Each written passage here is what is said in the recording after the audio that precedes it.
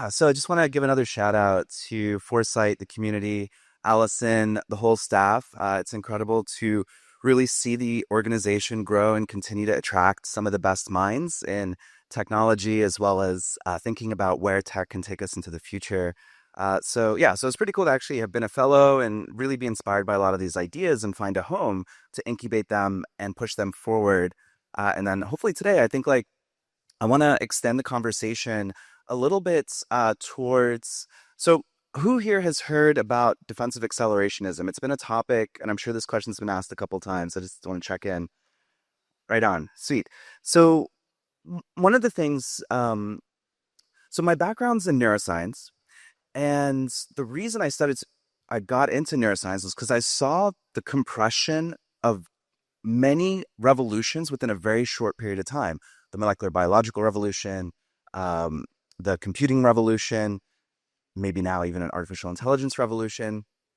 And I really saw an opportunity where a little bit of curiosity goes an exceptionally long way, especially in fields that are very young or have just emerged.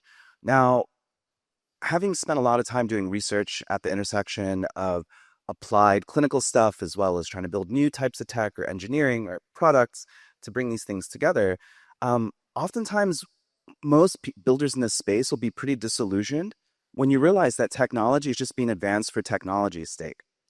So, how do we think about technology that empowers human flourishing as opposed to the other way around? And I think this is exceptionally poignant when you take a step back and see that every step forward in technology, sure, increases living standards, increases comfort for people all over the world, solves diseases, but it also consolidates power interests many orders of magnitudes greater than that.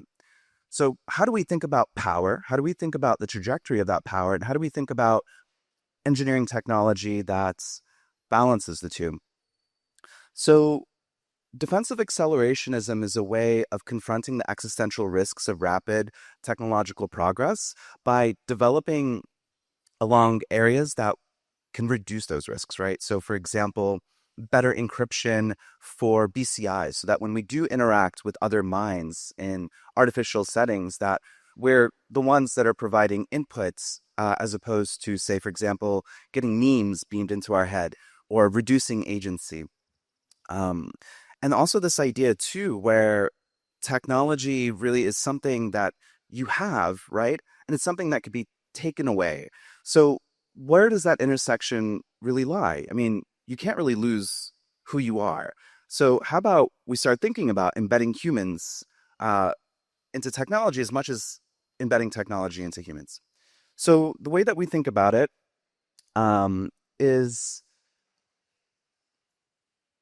the way that we think about it is that we want to establish really high speed rails for capital allocation. So how do you get to a future with human flourishing? You unlock capital rails for funding science, innovation, but we also want to be able to do this in a way where it's aligned with principles that different communities might have, right? So we've been building along these lines. We're one of the top identity protocols in Web3, and we seek to be the top capital allocation protocol in the world. This is something we've been working on with over $380 million that have been dispersed through our rails. And we do keys, wallets, and identity to unlock these capital flows. Um, so underneath all of this is something called the Human Network. It's a decentralized network right now. Well, 20 nodes are running it, but it has $1.4 billion in restaked ETH that's borrowed from the Ethereum blockchain and restaked into our network to make sure that all the nodes are aligned with the computational function they're supposed to perform. Uh, these nodes are responsible for taking blind masked human data. So what you are, what you have, what you know, and being able to generate different types of primitives that could be useful for creating self-custodial keys, keys that only you have access to, that only you can produce identity proofs with, that you can use to receive funding. So there's a lot of talk about AI alignment. I think there's not enough talk about human alignment. So one thing we're proposing here today, as we're getting ready to get to the next step of launching the human network, is to invite other humans to join in alignment. And we're proposing a covenant for humanistic technology.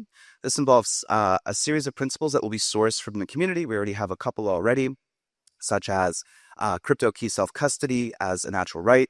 We were really excited, actually, as much as I love Donald Trump, to see him submit an executive order about enshrining crypto key self-custody as something that's protected under the law. We think that this is a really important step forward.